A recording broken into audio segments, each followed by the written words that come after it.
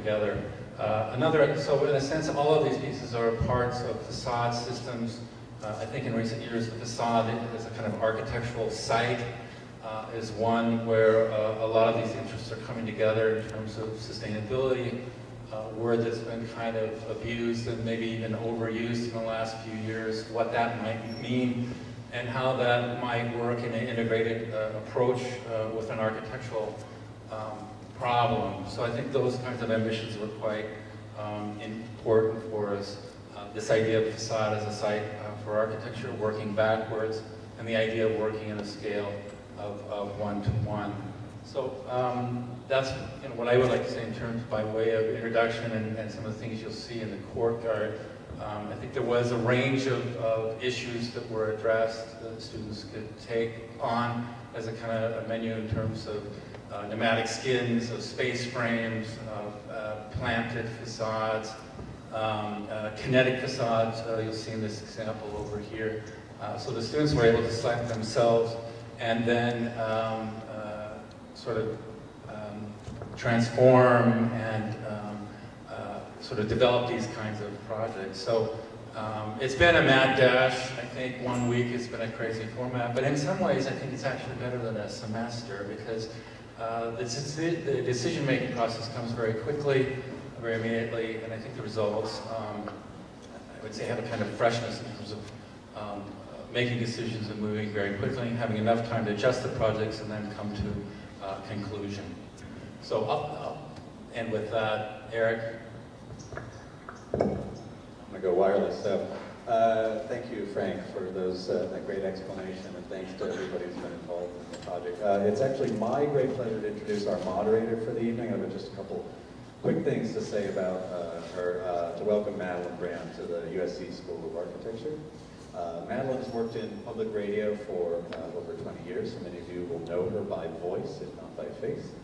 She's currently the host of the Madeline Brand Show, hosted every weekday morning from 9 to 10 a.m. on KBCC, that's 89.3 FM. Before that, she hosted Day to Day, the nationally syndicated radio show heard each week by 2 million people, many of whom were actually under the age of 30. I should warn the panel that, since she's been deeply involved in public radio, any comments you make here today may be drastically re-edited and used against you. Madeline has a master's degree in journalism from Columbia University and a degree in English from UC Berkeley. Most importantly, she's a patroness of architecture as the owner of the Rubeshko apartment buildings in Silver Lake, designed by Rudolph. So let's please welcome Nobody's Poodle, Madeline Brand.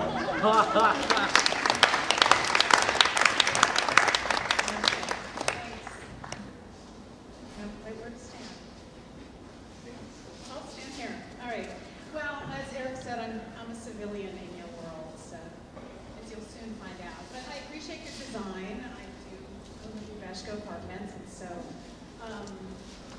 I am an aficionado of good design, and as a citizen of the world, I also feel like I should support sustainable design, but I'm not exactly sure what sustainable design means. It sure sounds better than unsustainable design.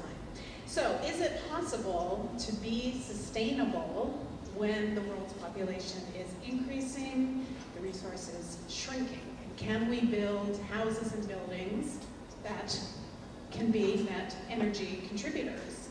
And what kinds of new technologies and what kinds of new materials are being developed to use to make, quote unquote, smarter buildings?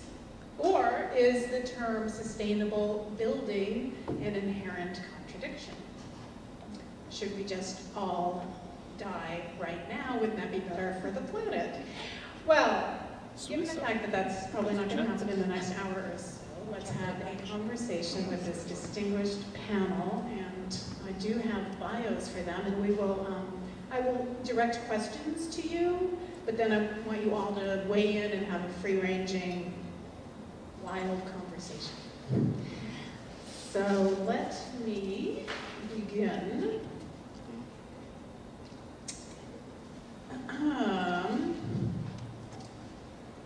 Thomas Auer, Principal and Managing Partner of Trans Solar Klima Engineering. Did I pronounce that right? Stuttgart. Yeah, perfect. Frank Barco, principal of Barco Leibinger, Berlin.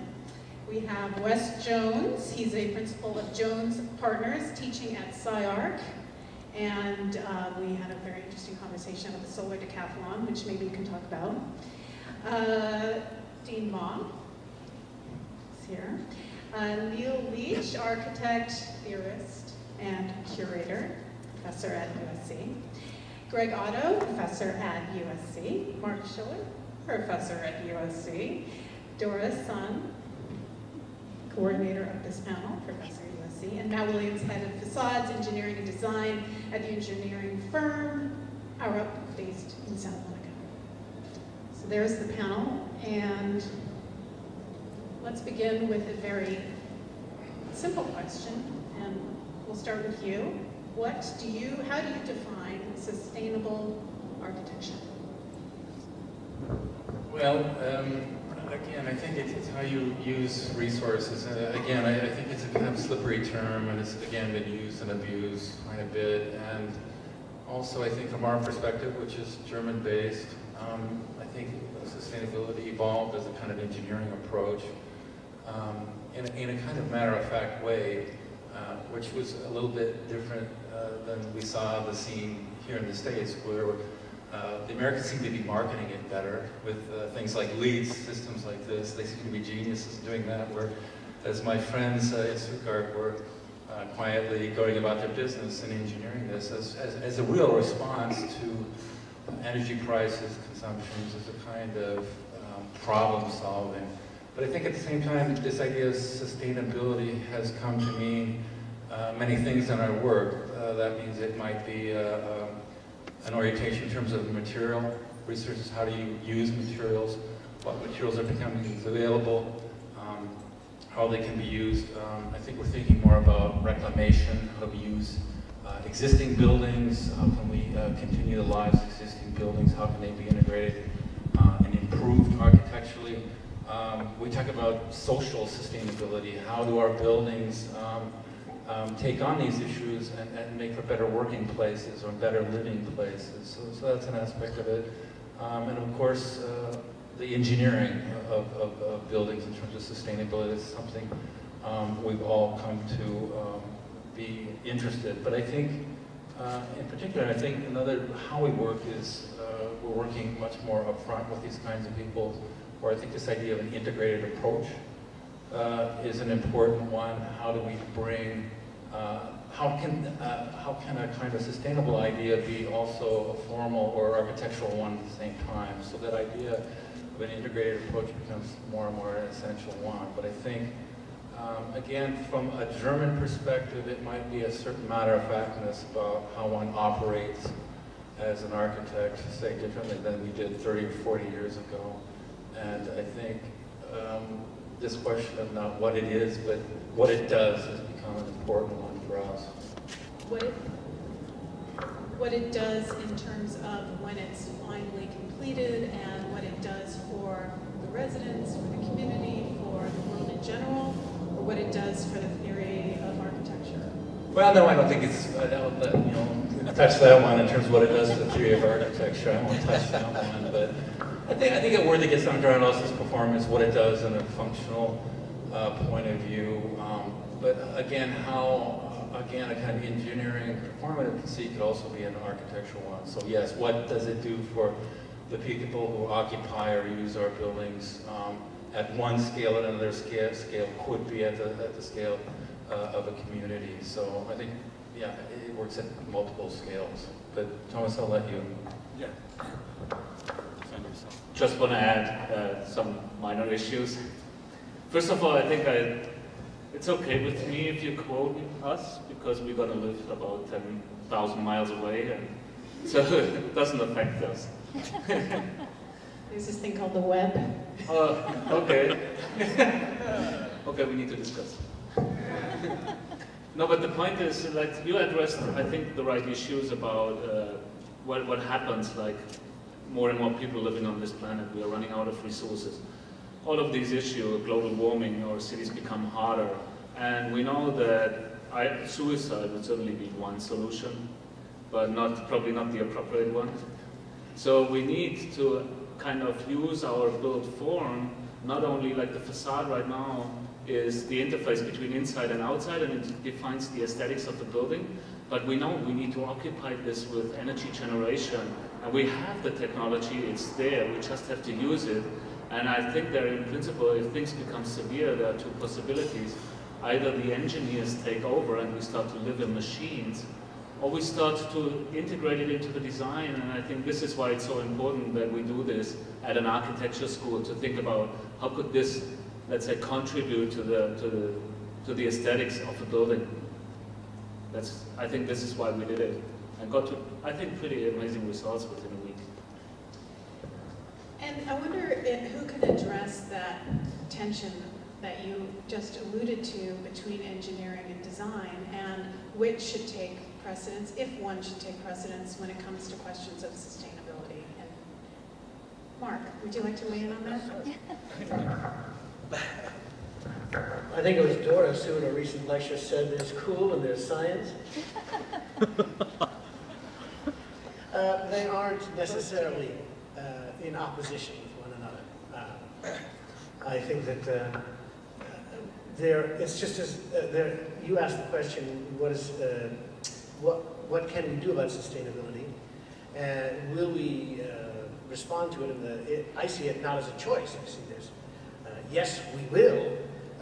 It's as if all buildings, for example, are good buildings or bad buildings, but they are buildings. They are either sustainable or not sustainable. Now, I don't think that there is a war between cool and science. I think there is a little bit of a war in that sometimes it's easy to be cool without being scientific. But I think if you're really scientific, you can be very cool. I refer to earlier structures, and a structural engineer named Robert Maillard who built bridges in Switzerland that were exquisite because they responded to a natural problem perfectly. I think sustainability is the same thing. It's a series of natural problems. And as a tree is beautiful in responding to a natural problem, I think buildings can be beautiful in responding to a natural problem. I'd even like to add that this is one place where ethics and aesthetics overlap. This is an ethical issue. It is a moral issue. When we use resources, we steal them from somebody who cannot afford to compete with us. It's that simple. It's an ethical issue. But it's also an aesthetic issue. We can see that beauty draws people to do things. And if we can make this beautiful, then they will do so because they want to, not just because they have to. I don't see these things as in opposition. I look forward to the moment when they coincide. Doris? Can I say?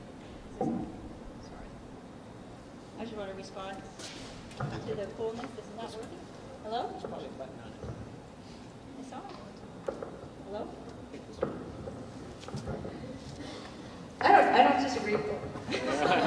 This one works much better. Maybe you take both. I don't disagree with you, Mark, too. My idea about cool is that the coolness, the science behind the coolness is there, but it's a matter of there's no need to have it legible. So the science doesn't have to be legible, but there is going to be a science to back it.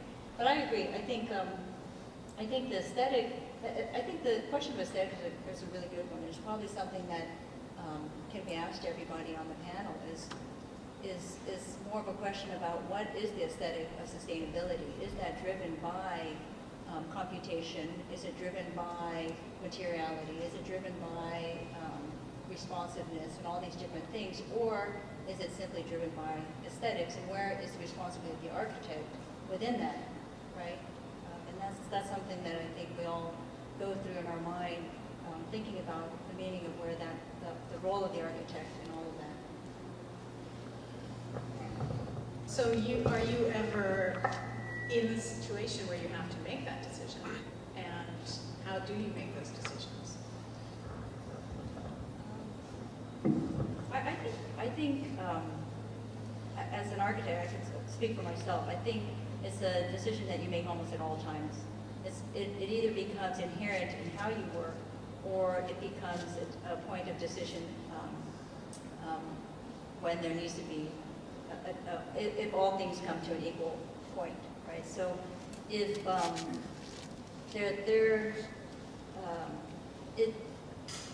when I work in the things that I do, it is not always driven solely by the need for the numerical or the performance of the material, but rather interest in bringing all the different parts together. And so something might take precedence over another, and I think that's where the decision-making comes and manifests itself in an aesthetic that comes out of it.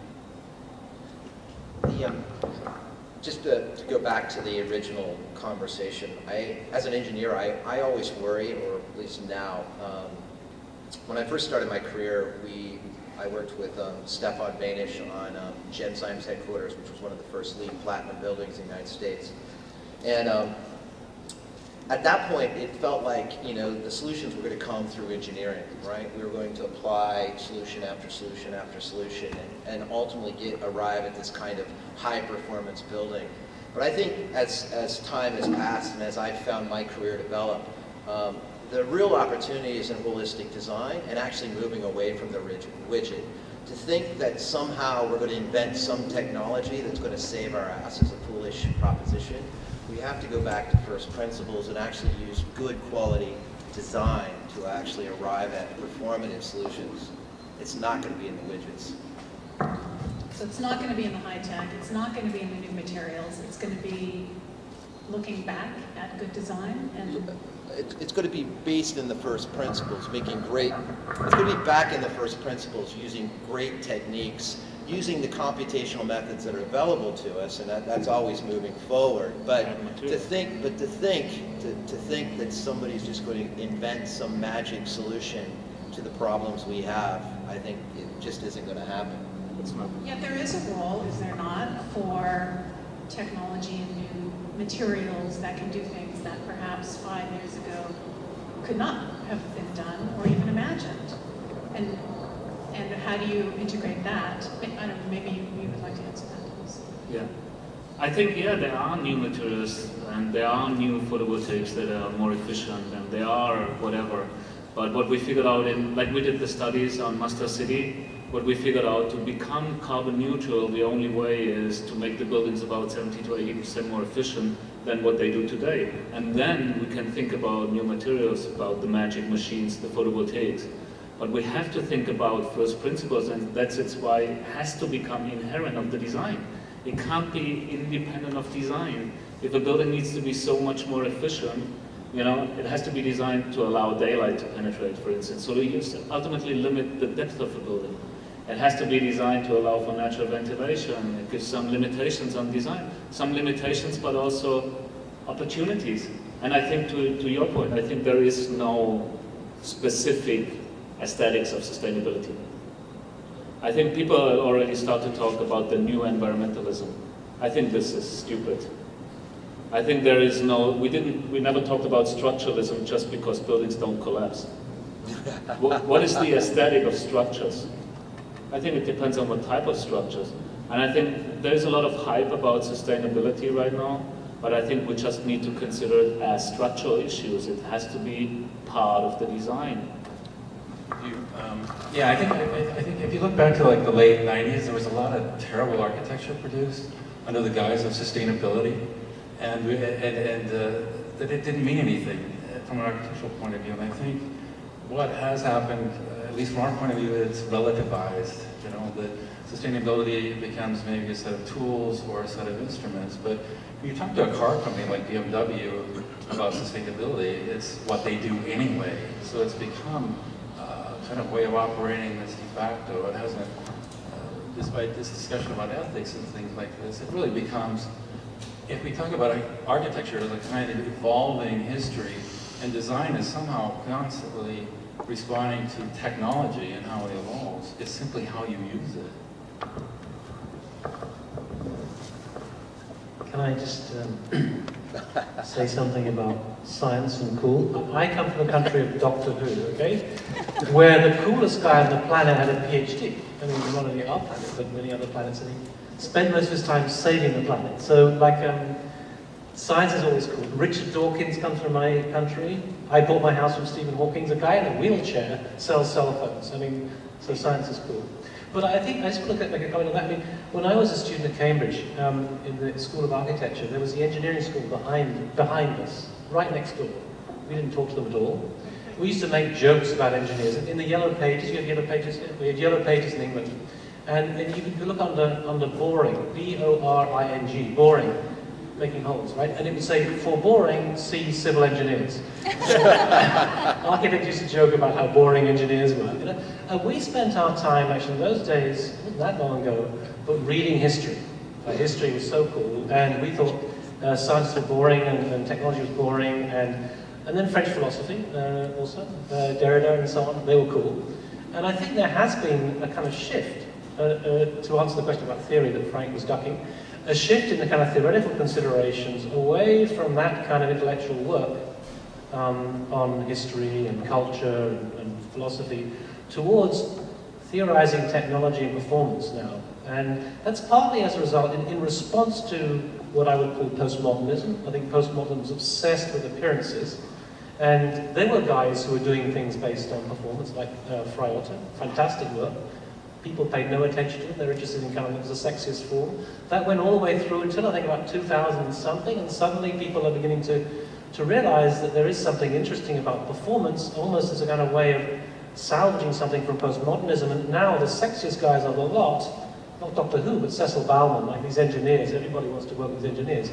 So there's been a kind of shift, a total shift in sensibilities, and I think that the discussion about sustainability is part of a bigger picture about process and performance and trying to get beyond the kind of shallow, empty, kind of decorated sheds that dominated postmodernism. So I think scientists are definitely cool. Anyone else want to weigh in on how cool science is?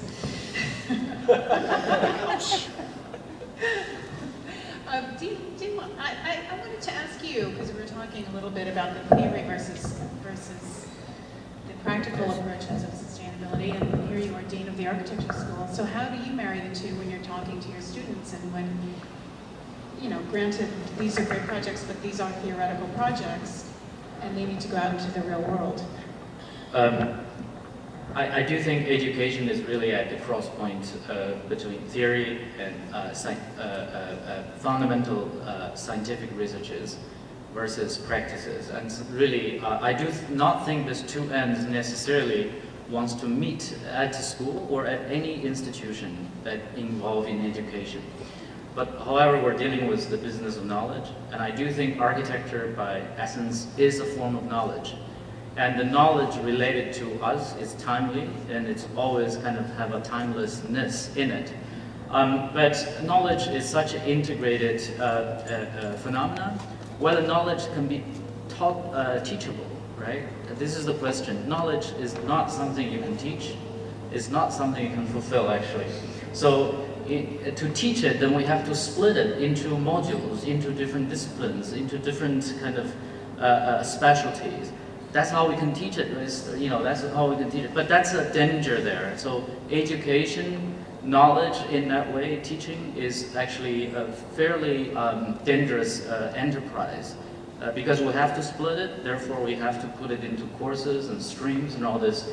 But whether that's actually what actually lead us to a real kind of a fundamental relation to the knowledge defined at this moment as sustainability, that's a question mark.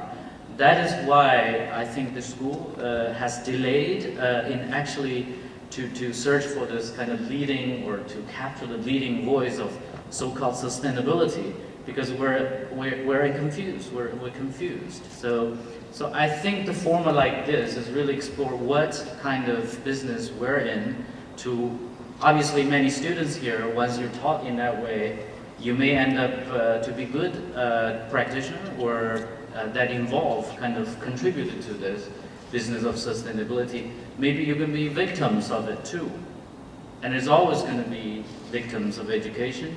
So I think what we're trying is to like kind of make the victims ratio lower by kind of carefully addressing what really, therefore we have many problems, debates, there's coolness and versus scientific research and there's kind of digital approach then versus the kind of design intelligence thinking. I think it's all good, and it's up to the student that actually decided whether you're going to become the, well, you never become victims by decision, but whether you actually synthesize it in your own judgment through the programs. I could only really, as an educator, comment on this, but I do think it's a decision you have to make, and you have to take a position in it. And I do think it's never going to be a unified voice, but it takes that much of a commitment in it. And the voice as loud as possible, as opposing as possible, would only make a better kind of understanding of where the knowledge sits in relation to architecture. And I'm wondering if we can have some specific examples from the work that you're doing, because I just wanted to follow up on what you were saying in terms of this is not a choice, that we need to do this. We need to design from the very beginning sustainable designs, or to be thinking along these lines, and for it not to be just PR and to slap a lead sticker on it, but for it actually to get to the goal, which would be what? Net zero, or positive energy creation back into the environment? I don't know, but can we get some specific examples from your practice of what you admire?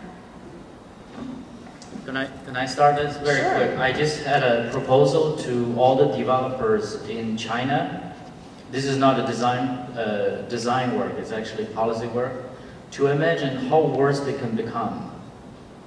In other words, how bad they can become, not changing any technology, use the worst, absolutely worst case scenario, and anticipate in the next 10 years how much carbon they're going to emit.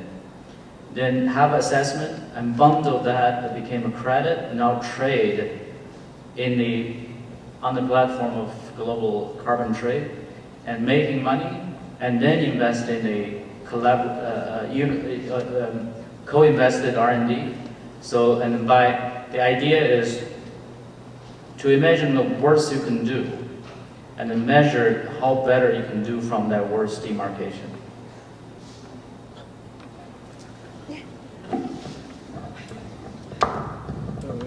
But I think, just adding to the worst, no, I think it's also, we have to be careful with the specific number like carbon neutral or positive energy, or what it is, because it has the potential to become dangerous, to become a dogma. And a building is more than an energy machine. A building serves a purpose. It doesn't serve the purpose of creating energy. I think we have to do the best we can without becoming stupid.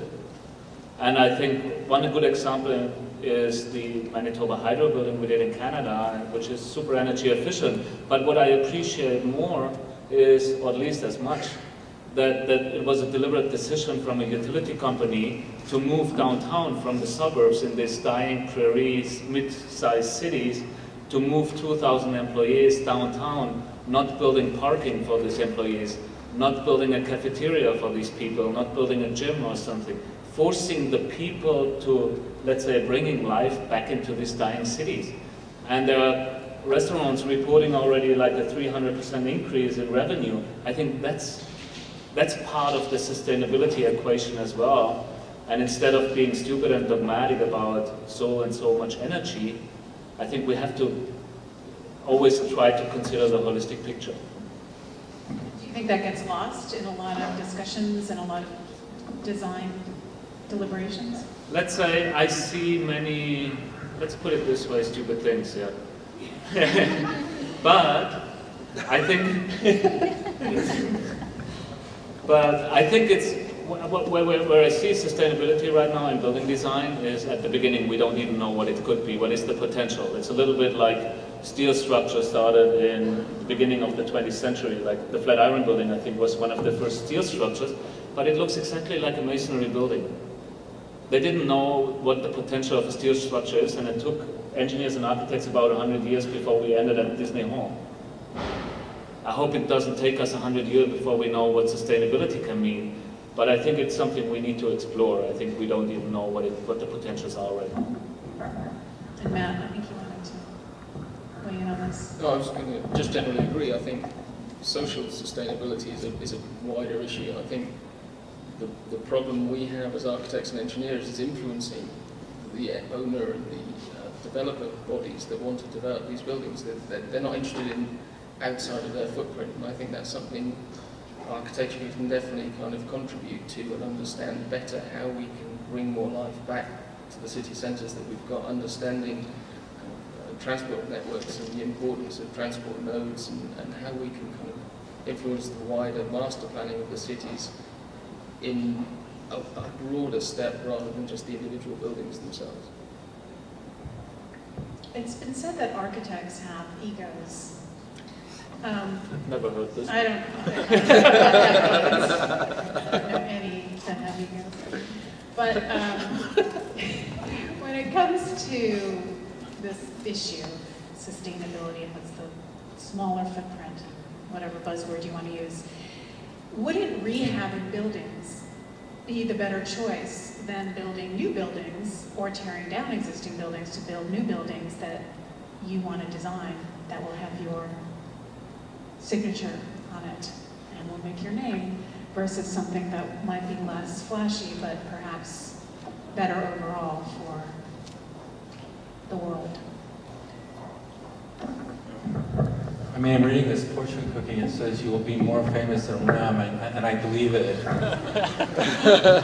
No, but in terms of the ego thing, I think this idea of signature architecture, I mean, and maybe I'm speaking for my generation, but it's really not a paradigm that even applies anymore. I don't know anybody, this idea of working at a signature, or even work that necessarily repeats itself. So I think what constitutes an architectural project, whether it's renovation, a new construction, something at the scale of an installation, academic work, designing a city or a building, I think there's how one relates to context, all these questions. That what tends to happen is one reacts to the problem at hand, and what are the possibilities, what are the limits, how can one exploit that in an interesting way architecturally. So in terms of architectural ego, I think it's a much more interesting time we're living in terms of how we operate than, say, a generation of architects, say, even 20, 30 years ago.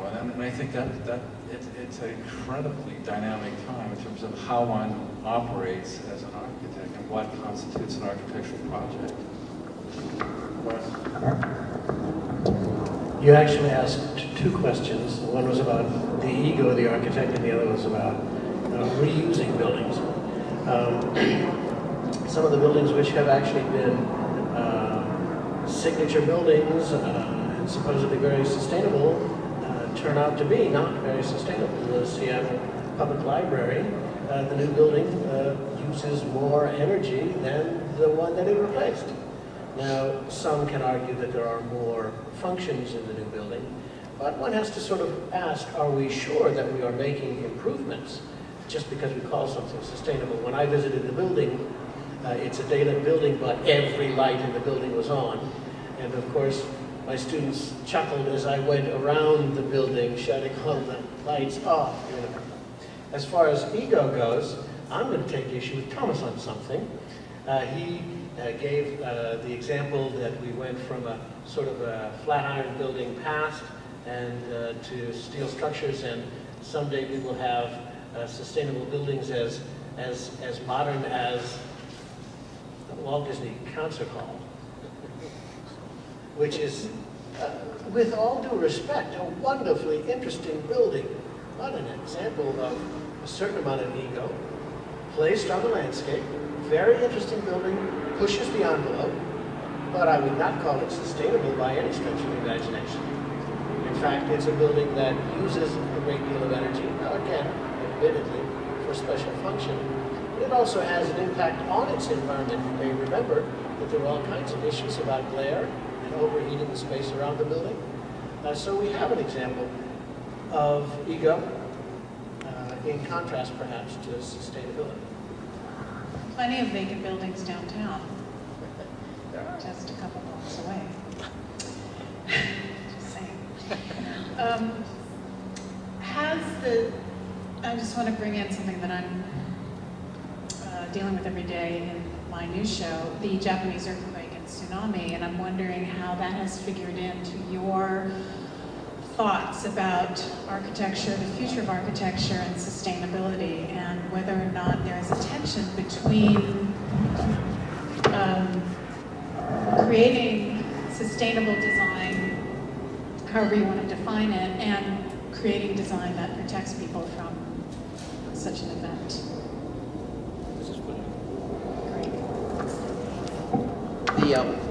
The earthquake in Japan, actually what you found was the modern building codes actually performed quite well. It wasn't the earthquake that caused the damage, it was actually the tsunami that caused damage. And I haven't seen the full reports, but I think what you can see is that really going back to first principles and understanding basic physics parameters, the world of physics, and applying it to buildings in really good design, well thought out design, has actually proven that you can actually get high performance buildings. And this is purely on the structural side. I can't speak to the other performative aspects of those buildings, but from a structural perspective, those buildings performed quite well. Now, did anybody anticipate they were going to be nailed by a wall of water? That's the next question. But you know, there was just another earthquake. They had a 6.0 within the last couple days. And the buildings are there swaying, and people have gone back and occupied them. And has it changed the way you think about design, or? Well, I think the ideas of certainly my experience as a structural engineer and has been very much about performance-based design, looking at the performance of buildings, doing what they're supposed to be doing, yeah? And certainly what you're seeing in zones, you can't say this everywhere in the world, but at least in zones where high seismic activity, buildings are actually designed to perform under duress, yeah? And so I think the future is, can you actually take, as Thomas was hinting to or alluding to, can you take the buildings to the next step and actually develop climate environments that are performative, truly performative, that respond to their outdoor environment, create great comfort, minimize energy utilization, minimize water utilization, all of these things. These are performative things, but they're about buildings that operate, as opposed to buildings that have been thought about, designed, but then ultimately they never perform. Yeah. So that, if anything, that's where I would say the future potential is. And I think it puts more pressure on the question of energy performance, because I'm pretty much convinced that what happened in Japan now is the beginning of the end of nuclear power. So I think that's pretty clear now. So Especially in Germany as of yesterday. Yeah, it's actually my province. The Greens won in his province yesterday. Yeah. No, and the decision was pretty much driven by that, because the Green Party in Germany was always against nuclear power since the 80s. But independent of this, I think it's going to happen in more countries.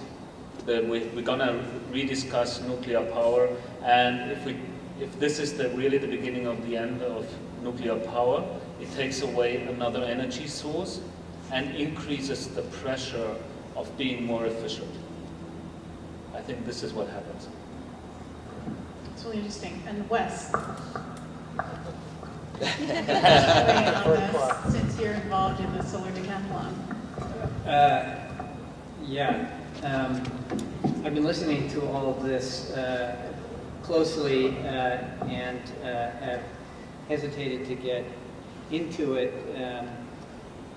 I have passionate ideas about nuclear energy, mostly because I'm a science fiction fan, and I see it as the great savior of the human race. But obviously there's a lot of work to be done there. But I don't think that that's really, at the end of the day, an architectural question.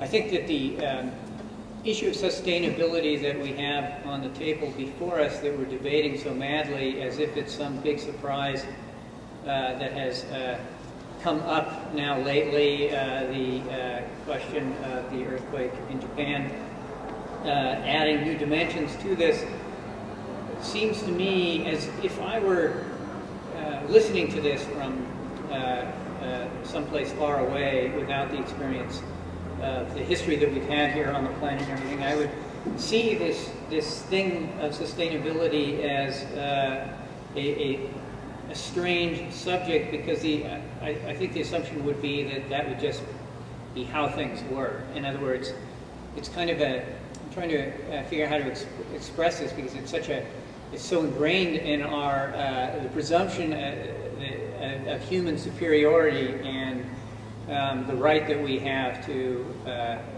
do stuff here in a non-sustainable way has become so ingrained on us that when we're faced with the implications of that, with climate change and all this sort of thing, we throw up our hands and freak out like it's a big surprise and all.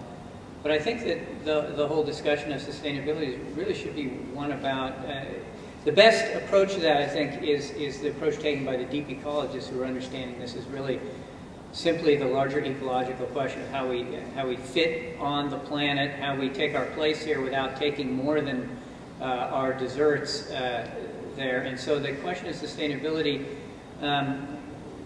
really is a question of putting into place these practices and all that will take us back to where we frankly should have been all along, and hopefully can be going forward, which is to make no impact beyond our rights, as a species, let's say. And so all of the discussion are all the different constituencies, the different audiences, understanding how this larger issue affects them, in particular trying to situate themselves with respect to it. In architecture, this always seems to come down to the question of aesthetics. I mean, one way that I come to the table from the outside is I spend more time teaching back east, where aesthetics are a much bigger issue, and everybody's wringing their hands. Being green, sustainability is so boring. I mean, how can we get excited about this? I mean, formalism and sustainability, we invent these things now that allow us, for formalism, to pretend that, to make ourselves feel better about worrying about these, but really we just want to make beautiful buildings, and sustainability just doesn't seem to really apply here. But we've heard a lot of good talk today about that distinction being artificial. I mean, when you first brought up the question of sustainable architecture, my first thought was, well, really we should be talking about sustainable building. Architecture is a different kind of thing. And sustainable in architecture is always aspirational, and one of the things you can aspire to is fitting in the way that is appropriate. But it's a different kind of thing. So anyway, this is a. But we mentioned the Walt Disney Concert Hall, and there is really, I guess, what I would call an aspirational building. That building is incredible, and everybody who drives by it or looks at it, mouth agape for the first time. Oh my God, that is gorgeous. And don't you all want to be a part of something like that, and dream and build and do something that is that significant and inspiring and beautiful and whatever else you want to talk about? And yet, as we were saying, it is not an example of sustainable architecture. And so if this is now the dominating thought, sustainability, how to be green, is it a little grim for you to be, is it limiting in a way? Does it limit your imagination? Or do you find yourself trimming your sails when it comes to imagining great design? The Disney is a beautiful and fantastic building. Wouldn't it be even more beautiful if it was sustainable? Absolutely. So can you have your cake and eat it too? Personally, I think you can. Of course, the Disney has reflective surfaces that are concave and curved, and that's very exciting. Now, wouldn't it be nice if they focused on something that we could draw energy from? Wouldn't it be nice if we had the same exuberance of form in pursuit of a purpose? Can I add two things? The one thing is, so Disney Hall is certainly, or probably, let's put it this way, not a sustainable building. But again, I think we have to face the point, we can't be dogmatic. And if we can't have a building like this in a society, then we went too far. Then we became dogmatic. So as a design society overall, we must afford having buildings like this. And it's just so beautiful. If like every building up there would look like Frank Gehry's Disney Hall, it wouldn't be so beautiful. And I think to the other point of sustainability being boring, structure is boring as well. Sorry. So you can have one peacock amongst a bunch of peacocks. Yeah, exactly. No, but 98% of our buildings worldwide are designed without architects, and I think if architects are not capable to taking over these responsibilities, they're going to lose more market shares. I think that's quite easy. I mean, I was in a situation with Achim Menges, who's a German architect who was here at a conference in Copenhagen, and somebody asked us to look at these bridges. There were bridges for student design, and judge them based on beauty. And Achim and I said, we just can't judge beauty. It's not an abstract thing, it's a bridge, it's got to stand up. So you can't simply just look at things in terms of beauty itself. And there's a Roman author called Vitruvius who wrote about these things a long time ago, and he said, architecture consists of three things, firmness, structural stability, usefulness, and charm or beauty. And it does, and you can't really abstract that in a certain sort of way. And I think it's a kind of problem of postmodernism, personally. I think Frank Gehry is a deeply old-fashioned postmodern architect that was so obsessed with form for the sake of form. And there are plenty of schools in LA where they pursue that question of architecture as form. And I think that's kind of like, we need to correct that. We've got to, as a society's got to correct that and be interested in in performance. And it is an ethical issue, absolutely totally an ethical issue. I think I'm going to ask the audience if they have any questions, and I'll bring the microphone over if there's anyone who wants to ask the distinguished panel a question.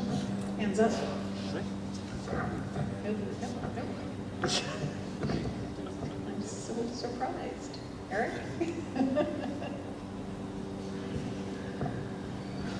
All right, well, I want to, yeah? Oh, I'm sorry. There's a question. Do you want to? No, I was just going to expand on the point. I know we seem to have honed in on the Walt Disney Concert Hall, but I think we also need to think on a wider picture. Aspirational and inspirational buildings are important to the wider picture. If taking another Frank Gehry building as the Guggenheim in Bilbao, for example, the impact that has had on the wider area of Bilbao and regenerating an industrial city that was very run down has had a massive impact on that environment. And buildings such as the Walt Disney Concert Hall can have that level of impact. So as an architect, albeit working for a firm of engineers, that balance is still important. I think you still have to be able to understand that, like sustainability, it's a balance between what goes in and what goes out of a building, and there's a time and a place for certain types of buildings. Frank Gehry's buildings are very compositional, they're very much about the aesthetic, but there's a right time and a right place for that building. Yeah, well, I think that if we enlarge our perspective, to imagine that there is a price to be paid for those sorts of buildings. In older cultures, where they had more limited resources, and the community would have to invest in a building like that, and that investment would have to come from other places, so that there was a kind of a conservation of resources, a net zero condition established through that. We've gotten used to a situation where we don't have to recognize that there is a price to be paid for these things. And so it's not to say that those kinds of aspirational buildings are not appropriate, and they may be the kinds of things that we want to charge our architects, our better designers and engineers with, but that in order to gain something like that, we might have to pay more attention in other places where we're not raising these monuments to whether it's an individual ego or a community's sense of place, that these things all need to ultimately balance out. That's how the sustainable condition can be sustained, happen. the sense of the term is the implication that it's not sustainable if we continue our current practices. And so at the end of the day, it's all about balance. So it's neither it's not an either or black or white situation. Yeah, I would just say, I mean, I think that's the topper, is that there's too much in love with the numbers side of it, and if you can calculate some energy savings, lo and behold, that's sustainable. Well, if you're going to play that game, just don't build. Just stop everything, because that's the most sustainable you're going to be if it's an energy discussion. Yeah, there's so many more other things, and I think that's what's quite nice about what Wes is saying, that there's this kind of economic component, there's this cultural component, there's this environmental component. All of that comes into play, and it's this holistic viewpoint. Yeah, and I think that's the real error that so many people are making, that it's just, you got to engineer something, it's going to be something mathematical, and basta, you got a solution that's going to be sustainable. That's just not going to get there. And it's a thing that's going to be played out over time. So of course you get events like this where we get all excited about it and we talk about it. But really what needs to happen is a kind of a change in consciousness, really, that will happen over time through the generations as we get more and more used to these ideas, as the sea levels rise, as it gets warmer. You know, I've always thought global warming is kind of a misnomer, since the only thing people can point to as evidence of it are hurricanes and things like this, which seem sort of the opposite of what we would be thinking of. So you get all the climate change skeptics saying, you know, it was colder this year, I don't know where they're coming off with this global warming stuff. So it's going to take time for everybody to kind of get on the same page and understand what the effects are like that, and there will be lots of moments of extremes going both ways, you know, extremes of wastefulness and extremes of insane penance being paid, you know, flogging ourselves over things, you know, like I would say, for example, the nuclear thing, you know, if we recognize that it is ultimately, the problem with it is its lack of safety. You know, maybe we should invest in figuring out how to do this stuff in space and beam the energy down here that's produced. Spend the time on trying to figure out safer ways to do it, and all, rather than abandoning it altogether. Because with the population increasing the way it is, all these new cultures coming into the rising middle classes wanting to drive cars, you know, the increases in power, you know, the pressures we're going to put on the grid with, you know, even if we get off of oil and go on to electricity, our needs are not going to go down, no matter how, I believe, again, I'm not an expert on the actual numbers here, being an architect on the other side of the equation, but it seems to me that our energy needs are going to continue to go up. There is an absolute limit to the efficiency with which solar energy can be useful and achieved, and we're getting fairly close to that right now. There's a limitation in resources for the materials that are necessary to produce those. There's an unlimited amount of energy in other forms like waves and perhaps solar, although there's facetious arguments about, you know, for every dyne of energy you take out of wind power, you're actually reducing the energy level somewhere else on the planet, because again, it all balances out. But anyway, not to jump on the solar bandwagon, but I think that thinking about how, and so there will be this huge problem about nuclear energy, but that'll be a blip, and eventually we'll get the technology to figure that one out too. I'm very optimistic. So I'll give Tomas the last word. Oh no, not when I have the last. Since you're grasping a microphone. I take the microphone away. No, you're putting it down. No, I just want to say, I think there are, certainly we can discuss, debate all the renewable sources, how far we want to have. I think there's no resource problem with solar, because it's basically sand. And it's just the way how much capacity we want to invest to get the sand into solar panels, but there is no limited resource in creating solar panels. Well, not the silicon itself, but all the rare earths and other things that you need. And the same with wind. Like every tree is a resistance for wind. So Of No, course, I a was wind kidding. turbine is a certain resistance, but it's on the global perspective is negligible. The amount of earth we would need to cover with solar panels is negligible to feed all the energy we need.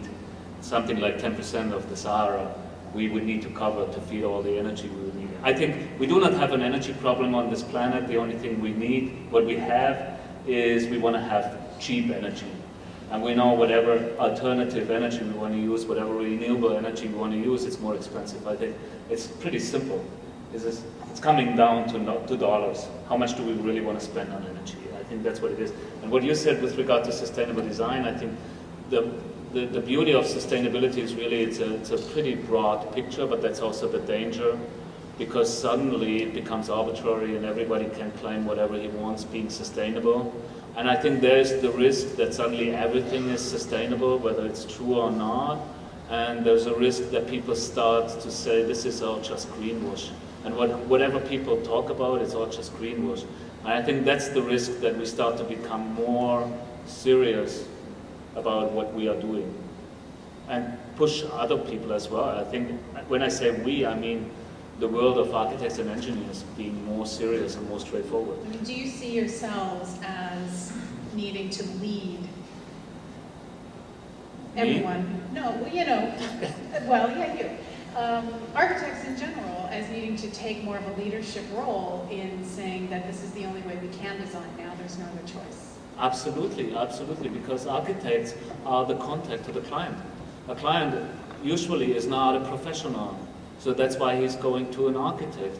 So the architect is basically an advocate, and therefore has a major critical role in educational role in this sense. Is that happening now? Well, I think it starts, yeah.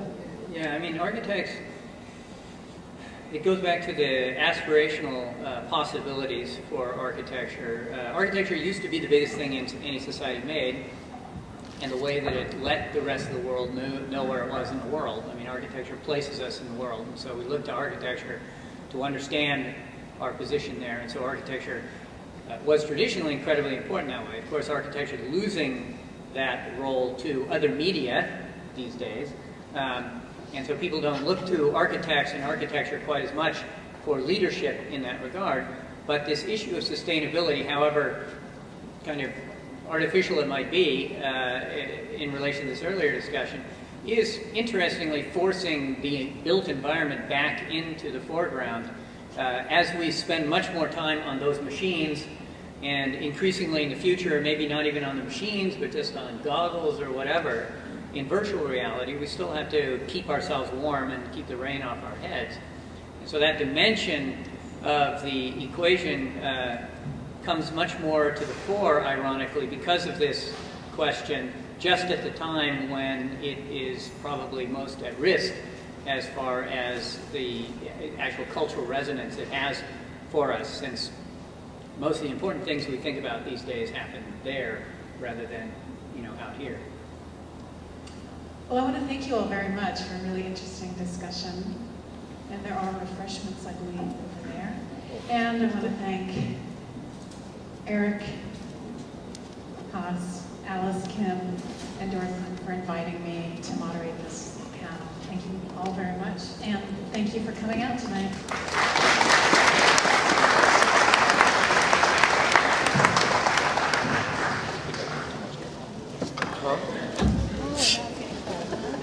I thought it was pretty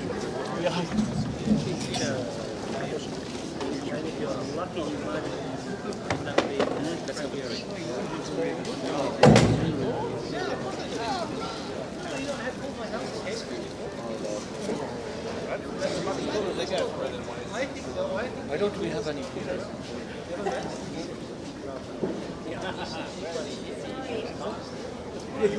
That's good point. What are you going to do? Jacket and like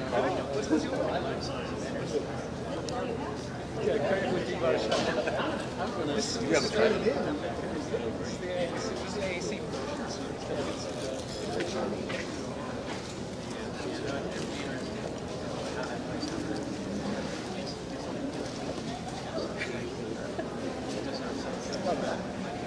Thank you for your